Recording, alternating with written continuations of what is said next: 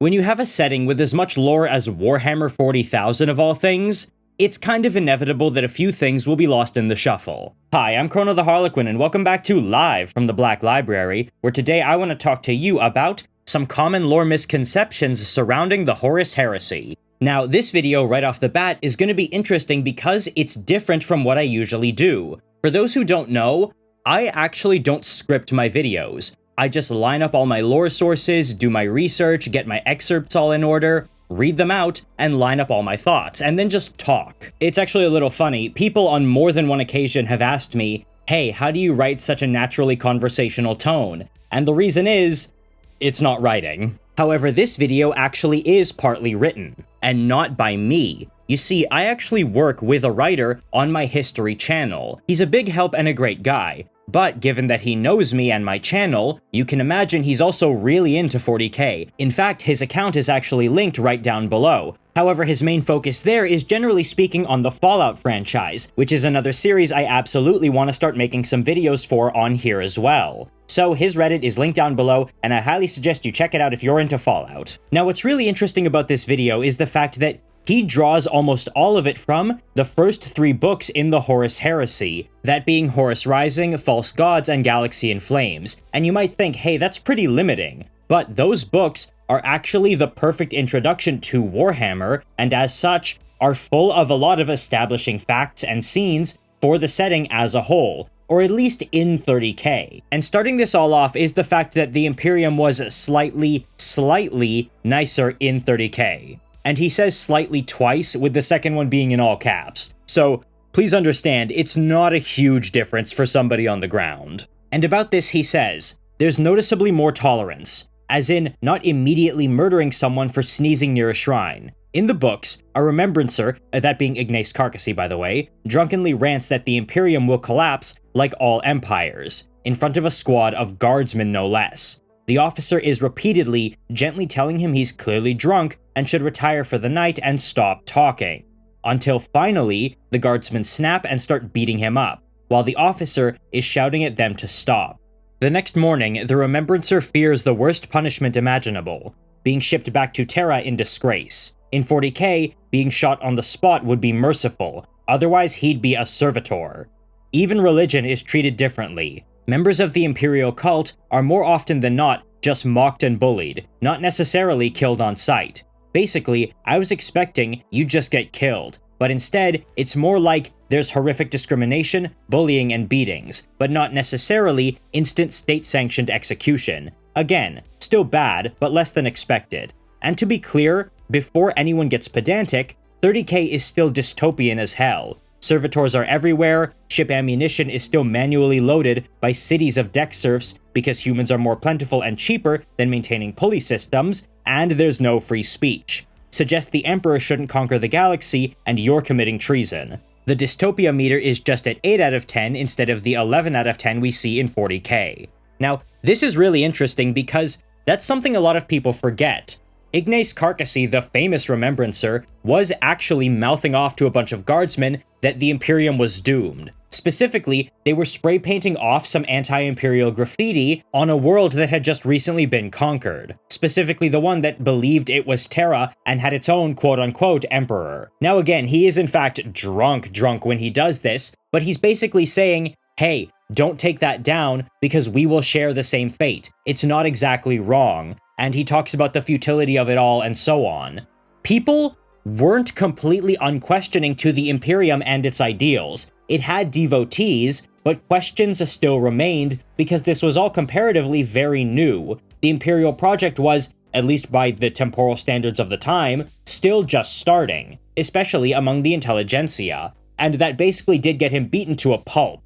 But instead of just being shot, he was worried he would get shipped out. However, nothing actually happened. Part of this is because, while the Imperium was definitely a totalitarian state and did not question the Emperor's final vision, a lot of the minutiae of intellectual discussion and philosophy was open for debate. People did talk about these things, how things should work, how things should be structured, and the free exchange of ideas was very much present. Now, like he says, it's not freedom of speech, because that's really measured to what degree you can dissent against certain ideas and who's in power rather than what you are allowed to say. But ultimately, the Emperor was very much an autocrat, yet he was still an intellectual. He believed in the philosophical and mental development of the human race, so as long as it didn't question the fact that he was in charge. Also, he does draw attention to the fact that, yes, servitors were ever present in the Imperium, and a lot of those people had been full, normal humans before they were lobotomized and cybernetically enhanced. A horrifying fate. However, it should be noted that a lot of servitors, in fact honestly most of them, are actually vat-grown and are clones. So, they're not actually ever people. They never reach that level of sentience before they are lobotomized and turned into servitors. They're basically stock. I know that's very spiritually gross, but still, it's not as bad, because they were never actually a person, and they were created specifically for this. However, there are still people who are turned into servitors, hardcore debtors, heretics, traitors, and so on, rogues, anybody. And moreover, the parameters that will get someone turned into a servitor seem to be unchanged from the Crusade era / Heresy to the 42nd millennium. But here's the big thing. The application of those laws is now far more draconian. They were a lot looser about it back during 30k like in the first 3 books. And that's because, again, the free exchange of ideas was still allowed, as we just saw. And heresy was not as much of a thing at all. You see, in the 42nd millennium, if you say one word against the Imperial cult, boom, servitor. But here, earlier, such things are not even an issue or a consideration. So, they let it slide. And as such, we can assume far fewer servitors were once normal people. And speaking of the way people are treated, I would actually like to mention abhumans. But not just any abhumans, specifically beastmen. Obviously, it sucks to be an abhuman in the Imperium. It basically always has. However, it's a lot worse in the 42nd millennium. However, the beastmen do and have always got it the worst. You see, mutants are allowed to exist on the underbelly of society, and are allowed to serve in an official capacity up to the degree they are useful, especially if they have potentially beneficial mutations. But beastmen are seen as tainted, untouchable, corrupted, awful, and so on. Back during the 32nd millennium, before the Great Crusade came along, this was because they looked almost demonic. They had like goat faces and goat horns, and it just stirred something spiritually visceral in the normal humans around them, so they would often be hunted down and heavily persecuted. And yes, that is still a thing 10,000 years later.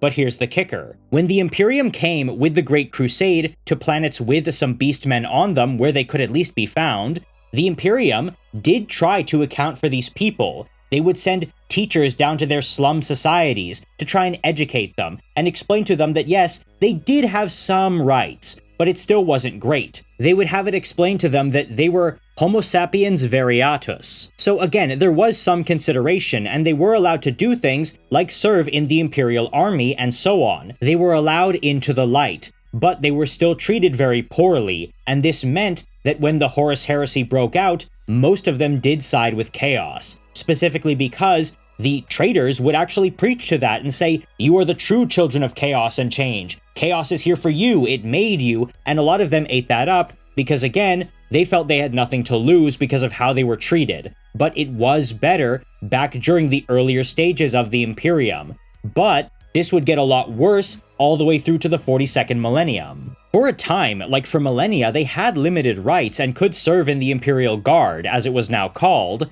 but that would slowly be eroded bit by bit as the years went on, and things got more religiously dogmatic, and as they would keep getting scapegoated, to the point where, in the last book of the Dawn of Fire series, The Silent King, we see some Sisters of Battle and human pilgrims fighting against beastmen, and the girl we are following as our POV, a saint of the Imperium, basically thinks to herself, if these abhumans actually did believe in the Emperor, they would have taken their own lives as soon as they realized what they were. That would have been the right thing to do, and the fact that they didn't shows that they are traitorous and must be destroyed. That is a real thing she believes. And apparently she's not the only one, because people are just laying into them on the battlefield. There is no longer any room for them in the Imperium, and no effort to account for them. But that does prove that The Imperium did used to be softer on these people. It used to be a more open-minded place, and that is because they believed in the free exchange of ideas. And one of these ideas was the notion of accountability. And that's because we see an instance where a bunch of space marines kill human civilians after Horus is injured. They want to get him, bleeding and dying, to the medbay, but these Luna Wolves are being thronged by a bunch of civilians trying to see what's going on and who are in grief at seeing Horus like this. So since no one is moving, they just start laying into the crowd, bashing people out of the way and killing a few of them in the process. In the 40th to 42nd millennium, that would be nothing. Space Marines wipe out civilians all the time in order to keep things quiet or just for being in the wrong place at the wrong time. We see the Nova Marines do this during the Plague Wars, we see Grimaldus break an officer's neck, and so on. And nobody bats an eye at it. However, that's because Space Marines are seen as angels. They're seen as unquestionable facets of the Emperor's divinity. But in 30K, this causes a firestorm. It becomes a huge scandal, and everyone's wondering who's going to be called to account, who's to blame, where do the authority of Space Marines start and end? Was this justified or not given the circumstances? We see this active debate happening between characters. Characters who, 10,000 years later, would not even dare to question the actions of a Space Marine. It is to the point where it genuinely seems like high-ranking Luna Wolves might need to be executed for murder over this. This is because of, in part, the aforementioned free exchange of ideas, but it's also because Space Marines were viewed with much less reverence in this far more secular age. And they were also, put simply, far more human in how they conducted themselves and how they were seen. That actually segues perfectly into his next point. The Space Marines just were more human. Here he says, for whatever reason, be it older recruitment, less psycho-indoctrination, or being forced to develop a personality on the months-long voyages through the warp versus the infinite choose between these dozen battlegrounds within a warp week of your company they have now, 30K Astartes just feel more human. They joke and banter, even about insane things. The opening of the series is literally Garvia Loken casually saying, Horus killed the Emperor, as a dark joke about Horus killing a warlord who claimed to be the Emperor of Terra on a world he thought was Terra. It's treated as tasteless by some, but that's it. They also form genuine relationships with baseline humans. In 40K, Caiaphas Cain having a friendship with an Astartes basically means sharing training and a few polite comments. In 30K, Loken genuinely vibed with people like Mercediolaton, Cinderman, and even Carcassy. They're also held to the standards of human soldiers, not angels above humanity. When the Mournival kills civilians who get in the way while they're transporting Horus's dying body, it's treated as a serious incident. The attached human commander planned to report it to Terra and demand punishment. In 40K, the civilians would just be blamed for getting in the Astartes' way. Right there, he brings attention to the fact that people often forget the huge gap in socialization that Space Marines experienced from the 42nd millennium to the Great Crusade. Back before the Heresy, Space Marines lived in giant cities of their own. A legion was often 100,000 strong, so functionally a large town or small city. And to that effect, they acted like it. People knew each other, they formed close friendships, they had people that they did and didn't like. Meanwhile, when you're only dealing with 1,000 people, yes, you will get close to everybody, but when you're equally close to everybody, it's harder to form close, deep interpersonal relationships. And you can't have any adversarial relationships with people, because then you risk causing big problems. If you're functioning in a group of, say, 10 people compared to 100 people, you better make sure you're not kicking up drama in the group of 10 people, as opposed to the 100 group people, where that sort of thing can shine through more. Because if it's only 10 people and there's drama, that's gonna be hell. And being around that wider breadth of people contributes usually to a wider sense of socialization. You can develop more advanced social structures and learn more social skills. It's kind of like how you can often tell, at least initially, when the new student came from another large school or used to be homeschooled. There's nothing wrong with being homeschooled, but oftentimes people can tell because they're socialized differently. And you can absolutely see this when comparing Space Marines from the opening trilogy through to modern books. Space Marines in the modern setting are often described as quasi-autistic in their nature, very reserved off, very quiet, not very able to express emotions or understand what the people around them are saying, who are not speaking in Space Marine terms. Meanwhile, the Space Marines in the Heresy and Great Crusade are very personable. They talk to people, they relate to people. We can understand them as men, as opposed to like these living weapons of war. You can really feel that gap.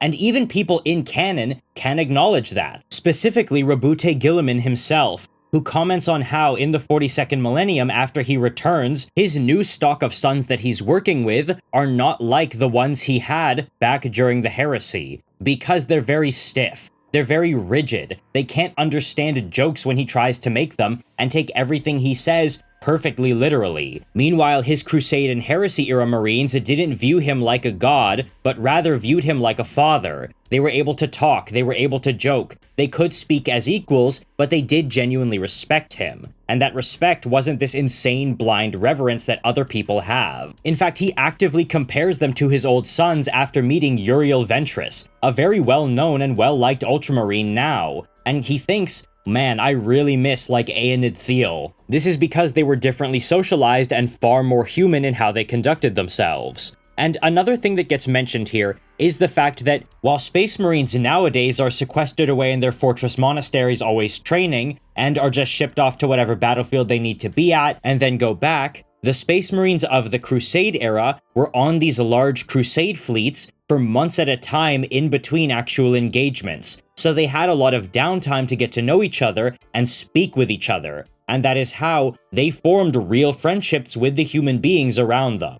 Now, it did vary from legion to legion, but still, we can see it is very prevalent in those legions that were so inclined, like the Luna Wolves. Loken is a great example of this. He admires Kyril Sinderman a lot and views him as a teacher, even someone who is above him in certain respects, and he's also close with people like Euphrates Keeler. And his relationship with Mercedes Olaton is damn near romantic. It's arguably the closest we've had to a human Space Marine romantic relationship in all of Warhammer, and that just doesn't happen nowadays. Also, a funny side note, Ignace Carcassy, the Remembrancer mentioned earlier, actually makes a poem about how Space Marines stink. Again, that's another thing that just wouldn't happen in the 42nd millennium. And even though he didn't say that poem to a Space Marine's face, it helps reinforce the idea that humans could, since they respected but didn't worship Space Marines, help to check their ego and keep them grounded. And furthermore, back then, a lot of Space Marines didn't do as much fighting as you'd think, despite being on a galactic crusade.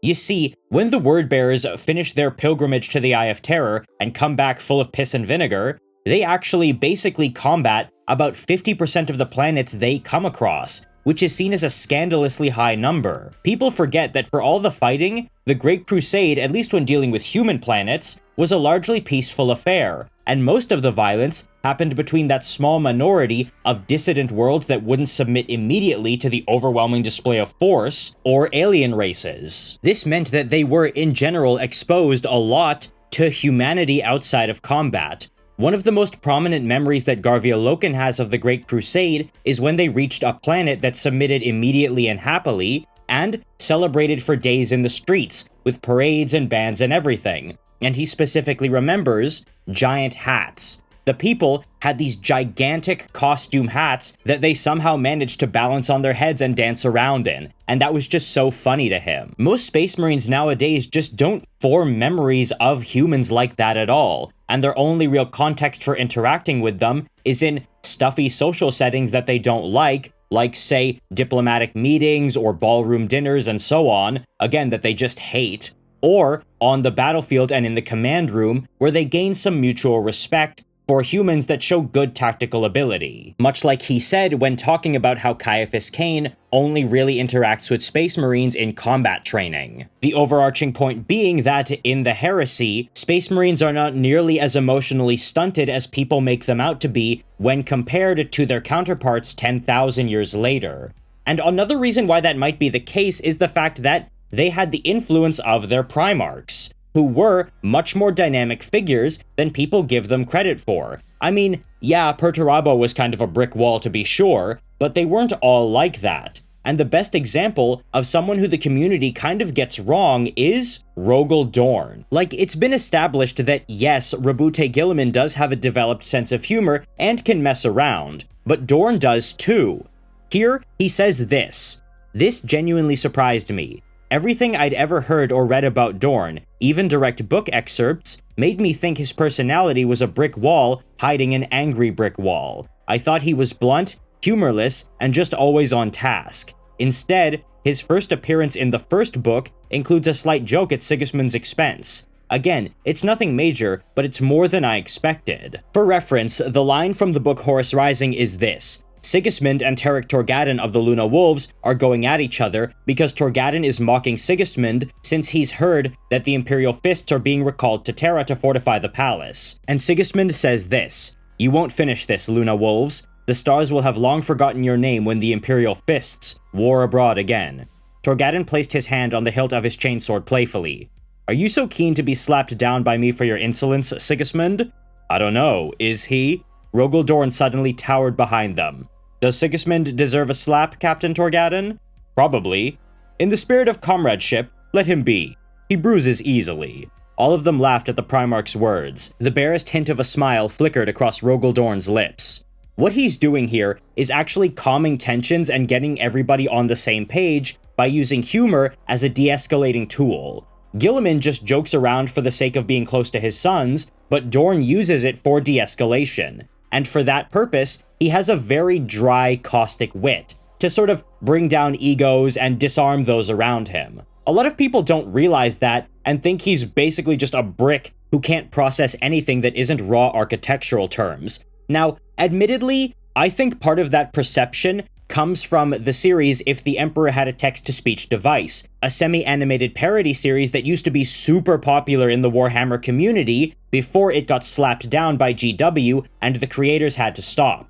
The loss of this series was honestly a big tragedy for the community, and we all still do kind of mourn it canceling. For a lot of people, including admittedly my writer, this was a lot of people's introduction into Warhammer, so a lot of the perceptions and memes and jokes from that show stuck in people's minds as almost quasi-canon. But in some instances, it's just not accurate, and the perception of Rogel Dorn is absolutely one of those things. Like, he's really funny. You know who actually isn't funny by comparison? Sanguinius of all people. He's so serene and ethereal that he doesn't seem to make many jokes at all. He's just so quiet and floaty. No pun intended, of course, but that's actually one of the things that kind of disqualified him from becoming War Master. He doesn't have that grounded sense of humor. He isn't personable in the way someone like Horus or Rogel Dorn is. Another really good example of Dorn's humor shining through comes from the book Saturnine, when Kirill Sinderman, the aforementioned Remembrancer, is literally on the roof of a building considering jumping off to his death, because he's just basically mentally snapped. His spirit is broken, and he sees no purpose in going on, because he can't contribute anything to what's happening, and his life's work has come to ruin. But Dorn actually finds him up there when Dorn is there taking a breather, and Dorn says this: "Dorn turned. I must return to my post, and so must you. Go down, Remembrancer. Do your work so that mine can matter hereafter." "I will, Lord." "Take the stairs, please." Sinderman grinned. "Most amusing, Lord." "Laughing at this plight, and at ourselves," said Rogel Dorn, "may be the last thing we are able to do. When the munitions are all spent and our blood is leaked away, I will look our enemy in the eyes and laugh at his ghastly misunderstanding of the way things are meant to be." "I will make a note of that, Lord," said Sinderman. That's an important distinction. He's not a random jokester. This is part of the warrior's ethos, that ability to smile and laugh in the face of death, a belief espoused by Jagatai Khan. And using humor as a tool to again get people on side and get them functioning in the midst of all the horror and stress. Here, he convinces Sinderman to keep going and found the Order of Interrogators, people who go around collecting stories from those actively in the siege, and it would be through these people that the story of Alanius Pius, the guardsman who stood up to Horus, would actually end up in the ears of the rest of the mortal Imperium, because they obviously don't know what happened aboard the Vengeful Spirit. And these interrogators, by the way, would actually end up forming some of the founding members of the Inquisition. Also, another reason why Rogel Dorn can seem so stiff most of the time is because most of what we see of him during the Heresy is literally in the Siege of Terra, the most high-stress situation imaginable, and out of all the Primarchs defending the planet, he is the Praetorian of Terra. He had to take on the most burdens. He orchestrated the defense start to finish. He had the weight of the entire galaxy on his shoulders, so it's no wonder he came across overly stiff. But even here, we saw him cracking a joke with Cinderman. However, Dorn isn't the only Primarch he points out that people, I don't want to say gets wrong, but maybe doesn't fully understand. The other one being none other than Horus Lupercal himself. Specifically, he says, Horus's fall feels rushed in the trilogy alone. No way around it. Even across 2 books, it's fast. He's upset that the Emperor left the Crusade, frustrated with bureaucrats and taxes, and disturbed by the idea of the Emperor being a god. But it still feels like going 0 to 100 on a dime. The logic just isn't there. That said, I know this gets retroactively expanded later. Black Library basically pulled a Clone Wars and added a ton of prequel stories to justify the turn. But if you only read the opening trilogy, Horus's fall feels flat and forced. And just for the sake of it, it's worth laying out the major reasons Horus turned against the Emperor, because even though a trilogy doesn't execute it perfectly, it's more than just the daddy issues meme. This isn't an exhaustive list, and a lot of people here probably know this already, but it's still useful to spell out. First, Horus absolutely craves attention and praise. Yes, throughout the books, he's constantly telling people to stop bowing and insisting that we're all equals here, but one thing the opening trilogy does very well is show that this is mostly false modesty. We all know that kind of person. The I'm so incredibly humble guy who will then get flustered and defensive at the smallest criticism. Horus is that turned up to 11. Early in the Crusade, Horus is the Emperor's first found son. That comes with immense prestige. Then more Primarchs are found and he becomes less unique. Then he's promoted to War Master, supposedly the highest honor imaginable, only to find that many of his brothers ignore him outright, and baseline humans on the Council of Terra are now waving paperwork in his face and telling him what to do. And all this grates on him constantly, wearing down his patience until by the time of the Heresy, there's nothing but his temper left. You see this again and again, even when he's speaking to his fellow traitor Primarchs. He takes offense at being addressed as an equal and not their leader. Second, Horus thinks because he and his sons conquered the galaxy, he and his sons should rule it. Consider it from his perspective. He fought and bled to conquer the galaxy, and lost thousands of his sons doing it. So, being told that puny people who never set foot on a battlefield are now in charge and even outrank him is infuriating. The books do acknowledge the counter-argument. Someone points out that Space Marines aren't bureaucrats and can't manage logistics or governance, but Horus's response basically boils down to, well, we conquered the planets, that means we should be in charge. You don't have to agree with him, but you can understand where the resentment comes from. Third, Horus genuinely trusted and loved the Emperor. That trust is portrayed as iron, and like iron, it can withstand a lot of abuse, but when it finally starts to buckle, it doesn't bend, it breaks. Consider a real-life example. If your parents are 2 hours late to pick you up from school, you are much more likely to feel angry if this is the first time this happened, versus if this happens like twice a week, and you're just resigned to it. Consider Jagatai Khan. He never really loved the Emperor, and saw his crusade as just an unavoidable lesser evil they had to take part in. So, when the Heresy broke out and it became clear that the Emperor lied about a lot of things, Jagatai basically shrugged. He didn't feel his trust was broken because he never had much to begin with. Horus, by contrast, genuinely, fully loved the Emperor, and this means that when he learned that the Emperor lied about Chaos, he was heartbroken and blinded by rage and resentment that Chaos made full use of. And when Chaos showed Horus those truths, it made him snap quickly. And here's the thing, if someone tells you 10 things, and 9 of them are true, you're probably going to believe the 10th too. The Emperor lied about Chaos, lied about the Primarch's creation, they aren't beings of human science but the warp, and he was mute at best about what he planned to do with the Primarchs and Astartes after the Crusade ended. So it really wasn't much of a stretch to assume he was also lying about planning to become a god. And to someone like Horus, who considered being the center of attention the best feeling in the world, the goal of being worshipped as a god made sense from his perspective. So no, Horus didn't rebel because he had a bad acid trip on Davin, or at least not just because of that. What he's saying here is that yes, the reasons Horus has for betraying the Emperor do line up with his character, but it's all handled really fast, and there should have been more run-up to it. The big thing, though, that he draws attention to is Horus's feelings of abandonment, and I feel like you really can't overstate that. It actually comes up in 2 out of the 3 books of the opening trilogy. In the first one, Horus Rising, after talks with the Interrex, an advanced human civilization that the Great Crusade stumbled upon, breaks down, he essentially has an emotional episode to himself that only Loken can hear. Enemy warriors are gathering on the approach steps, Kyrus called out. Enemy? Horus laughed. When did they become the enemy? They are men like us. He glared up at the night sky, threw back his head, and screamed a curse at the stars. Then his voice fell to a whisper. Loken was close enough to hear his words. Why have you tasked me with this, Father? Why have you forsaken me? Why? It is too hard. It is too much.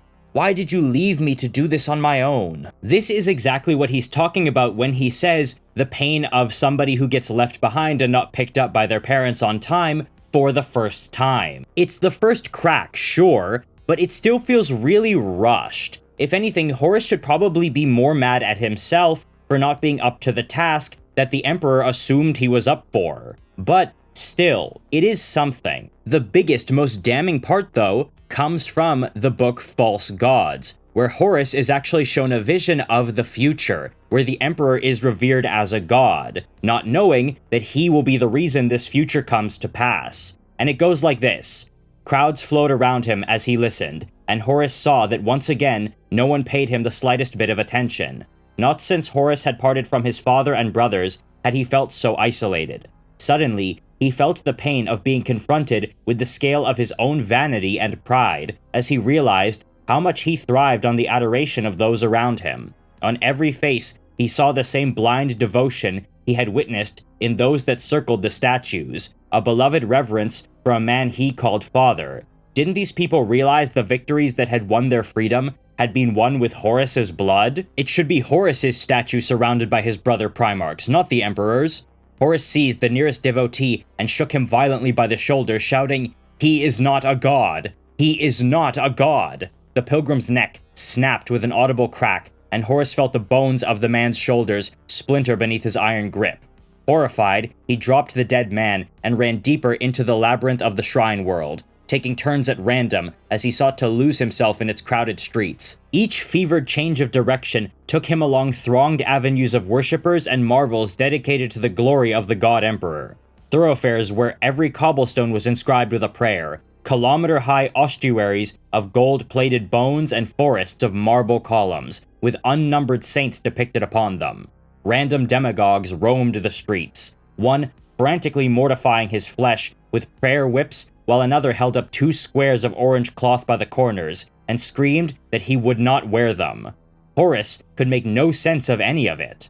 Vast prayer ships drifted over this part of the shrine city, monstrously bloated zeppelins with sweeping brass sails and enormous prop-driven motors. Long prayer banners hung from their fat silver hulls, and hymns blared from hanging loudspeakers shaped like ebony skulls. Horus passed a great mausoleum where flocks of ivory-skinned angels with brass-feathered wings flew from dark archways and descended into the crowds gathered in front of the building. The solemn angels swooped over the wailing masses, occasionally gathering to pluck some ecstatic soul from the pilgrims, and cries of adoration and praise followed each supplicant as he was carried through the dread portals of the mausoleum. Horus saw death venerated in the colored glass of every window, celebrated in the carvings on every door, and revered in the funeral dirges that echoed from the trumpets of winged children who giggled as they circled like birds of prey. Flapping banners of bone clattered, and the wind whistled through the eye sockets of skulls set into shrine caskets on bronze poles. Morbidity hung like a shroud upon this world, and Horus could not reconcile the dark, gothic solemnity of this new religion with the dynamic force of truth, reason, and confidence that had driven the Great Crusade into the stars. High temples and grim shrines passed him in a blur. Cenobites and preachers harangued the pilgrims, from every street corner to the plea of doomsayers' bells. Everywhere Horus looked, he saw walls adorned with frescoes, paintings, and bas-relief works of familiar faces, his brothers and the Emperor himself. Why was there no representation of Horus? It was as if he had never existed. He sank to his knees, raising his fists to the sky. "Father, "Why have you forsaken me?" Make no mistake, the religious angle does disturb him and he can't make sense of it, but the real kicker, at the start and at the very end, is the fact that he's not represented as well. He only sees statues of the emperors and those Primarchs that remained loyal. The traitor ones, and Horus himself especially, are completely absent. He even acknowledges his own vanity here, and how much he feeds and needs people's praise and adoration. And the last thing, the straw that breaks the camel's back here, is not the fact that the Emperor apparently, at least to his perspective, lied about not wanting to be a god, and that there were no gods and everything, but that he's not included. He would be seemingly willing to swallow that lie/betrayal if he was up there in the top spot, if he was right beside the Emperor, or even, dare I say it, in his place instead as the one being worshipped. It's not, "No, you lied, we weren't supposed to be worshipped." It's, "No, I'm supposed to be there, why am I not being worshipped as well?" But this seemingly comes out of nowhere, because before this he seemed like a loyal son of the Imperium. He seemed to wholly believe in the Imperial truth and the project and all of it. But now, suddenly, it seems like he never actually cared, and would have totally been fine being some despotic warlord that was worshipped as a god. It doesn't make sense. I mean, it does actually make sense in the way that something will make sense if you think about it and line up all the facts, but in the context of these two books, in the time we have with him, it doesn't make sense, and it does feel rushed. It does make more sense when you factor in his backstory, but that came way later. Specifically, it comes to us in the short story Lupus Daemonis from the Blood for the Emperor anthology series, which actually came out in 2021, a full 15 years after False Gods came out. And here we actually get a much better explanation for why Horus felt the way he did. You see, he was bullied viciously as a child. So yes, basically Napoleon complex. He was actually very scrawny and covered in scars, and named Nergui, meaning no name, by those around him on Chthoniya, a very vicious, unforgiving society that was entirely predicated on gang culture, where one's honor and reputation is paramount. So, him being excluded from the winner's circle wasn't just an oversight, and it wasn't about principles, it was a matter of basic survival in his instincts, because if you fall behind in a gang and go unnoticed, maybe you don't get to eat later that day. And again, he would be picked on viciously and beaten regularly by everybody who was bigger than him,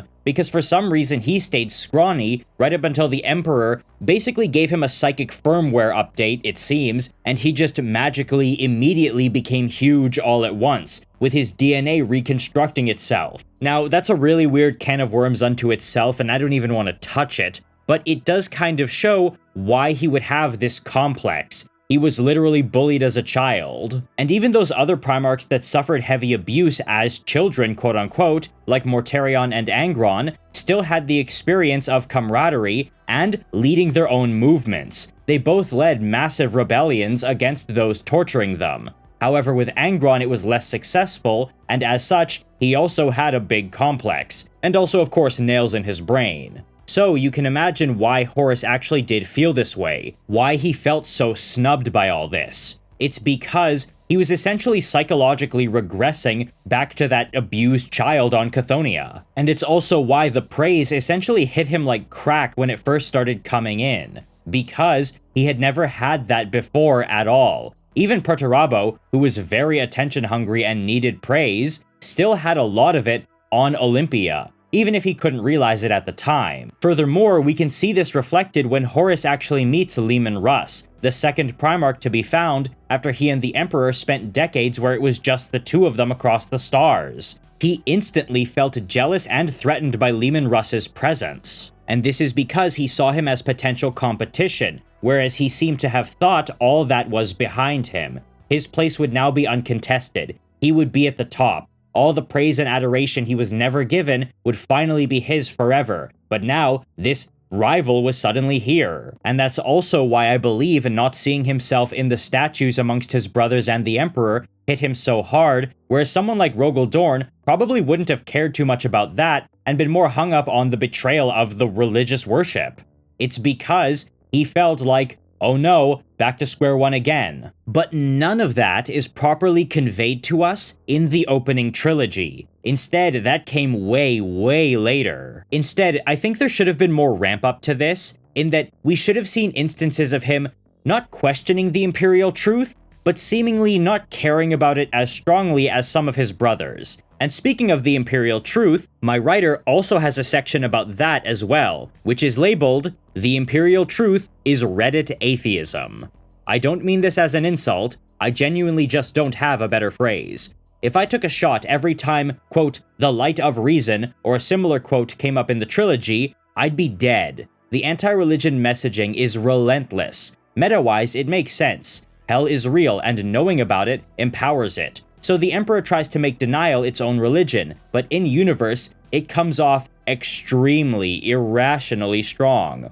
There is a scene where an enemy begs Loken to bless him as he dies on sacred ground. Loken is gentle and apologetic, but still says several times, "Sorry, God isn't real and there's no afterlife."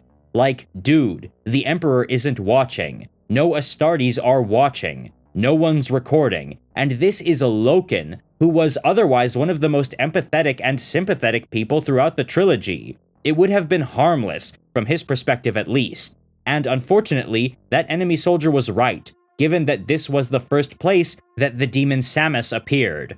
Also, based on this trilogy, IDK if it's further expanded in future books for now, just a theory, I think the structure of the Imperial Truth helped the cult spread so fast during and after the Heresy. The Imperial Truth is atheism, and atheism's strongest argument is burden of proof.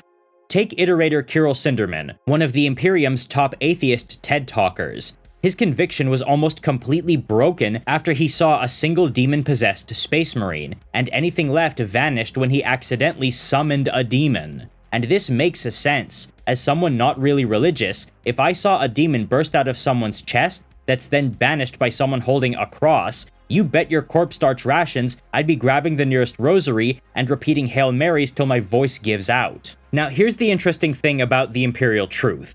It really is militant atheism. Like any kind of religious belief is supposed to be stamped out or mocked, and that's because it's seen as a threat to the Great Project, or a vector by which demons can enter. Yes, that does kind of make sense in context, but the problem here is that humans are naturally inclined towards some kind of spirituality and belief, and you would think the Emperor would know that, but instead he seemed to believe he could essentially actually spirituality right out of the human psyche. Something that Kirill Sinderman literally names as a direct blunder when talking about the Emperor's project during the Siege of Terra. He says, he removed mystery from the human experience. Like, some people seem to think that the Imperial Truth is generally speaking more focused on elevating logic and reason and science as the governing principles of human thought. More like what we have nowadays, where people are more inclined towards rationalism than, say, spiritual baseline belief. Like, even the most religious among us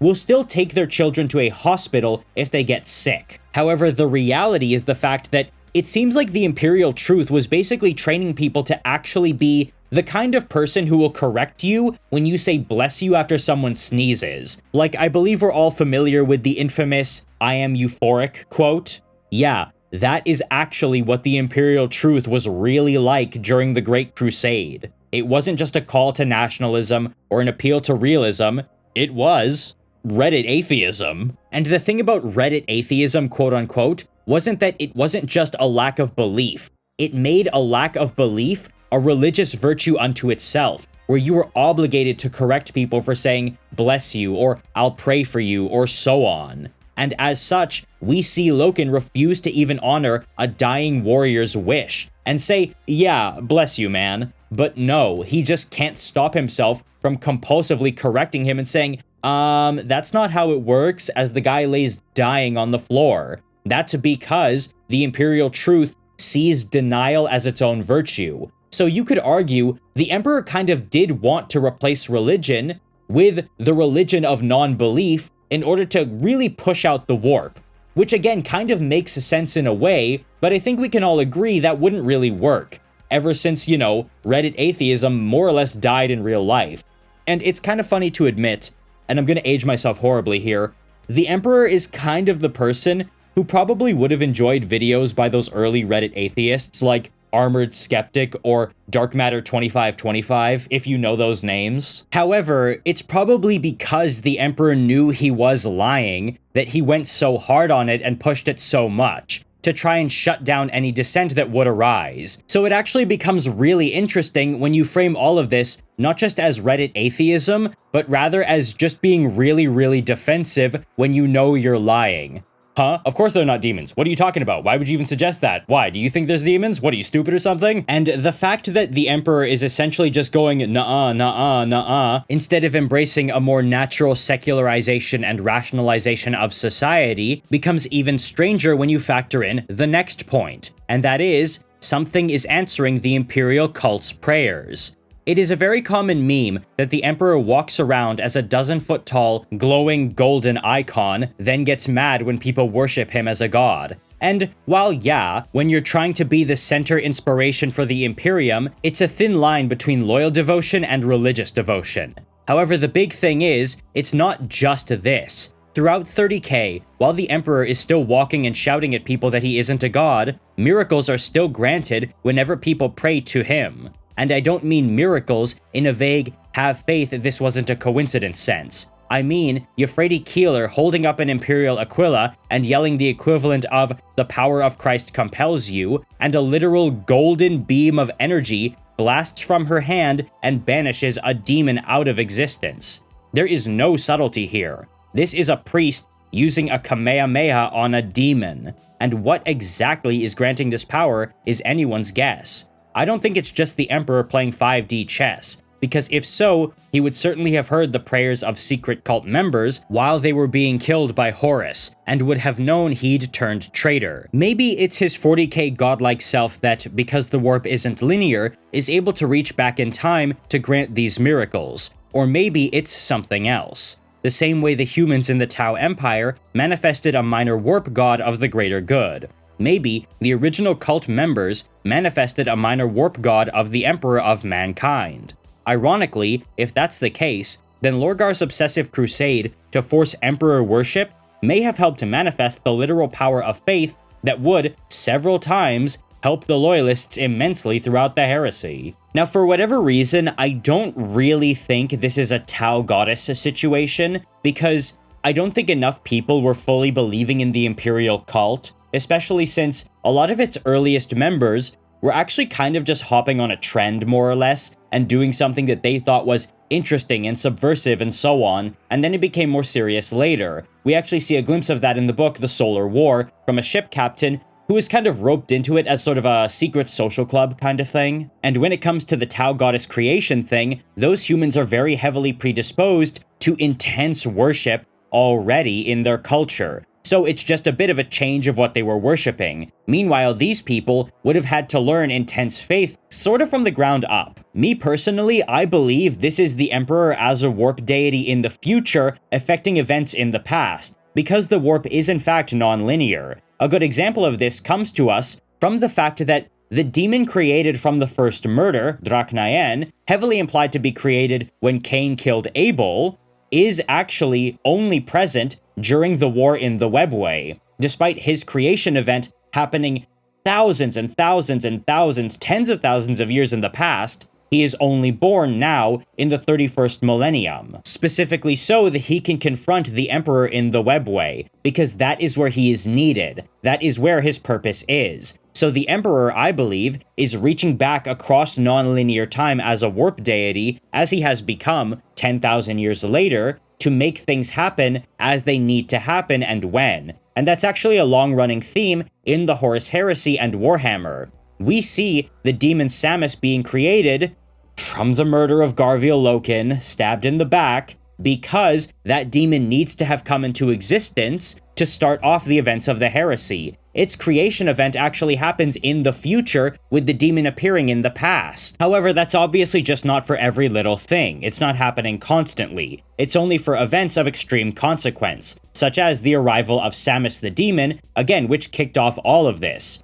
And the Emperor would have done the same thing to make sure that Euphrates Keeler becomes the first saint of the Imperial cult, kicking off the cult Imperialis that will eventually lead to him becoming a warp deity that apparently the Imperium needs in its darkest hour 10,000 years later. And the reason this is a misconception is because people seem to only think this is becoming a thing now only in the modern setting, where only now the Emperor protects, miracles are ramping up, big things are happening, powers are appearing, and so on. The Emperor is gaining power. And yes, he is, but the reality is, such things have actually been happening ever since the very beginning. But what do you guys think? Do you guys agree with me and my writer with regard to these being common misconceptions? Or do you think that we're kind of off the mark and actually people know this a lot better than we think? Or do you believe that we actually missed a few misconceptions that you'd like covered in a later video? Please leave a comment down below, as I do read every single one. Consider subscribing if you have not already done so,